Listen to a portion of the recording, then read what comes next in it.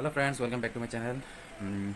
আজকে আমি যে ভিডিওটি আপনাদের সাথে শেয়ার করতে যাচ্ছি, ভিডিওটি হচ্ছে কীভাবে আপনি ঘরে বসে আপনার একটি হ্যান্ডমেড এগ মিক্সার টুলস বানাতে পারেন। এগ মিক্সার টুলস বানানোর জন্য আমাদের কিছু শিক প্রয়োজন আছে।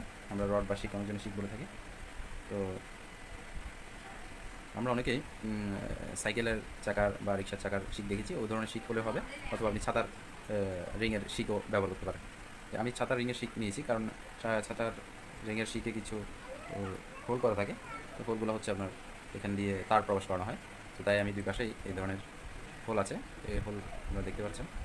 এই ধরনের হোল থাকলে এটা আপনার খুব সুবিধা হয়, খুব সহজে আপনি এই টুলসটি বানাতে পারবেন। তো চলুন ফ্রেন্ডস, দেখে নেওয়া যাক কীভাবে হ্যান্ডমেড টুলস বানানো যায়। আমি এখানে অনেকগুলো শিক নিয়েছি, রড নিয়েছি। আমার এতগুলো প্রয়োজন নেই, আমি জাস্ট দুইটা বা তিনটা আমি ইউজ করে এই হ্যান্ডমেড টুলসটি বানাতে পারি।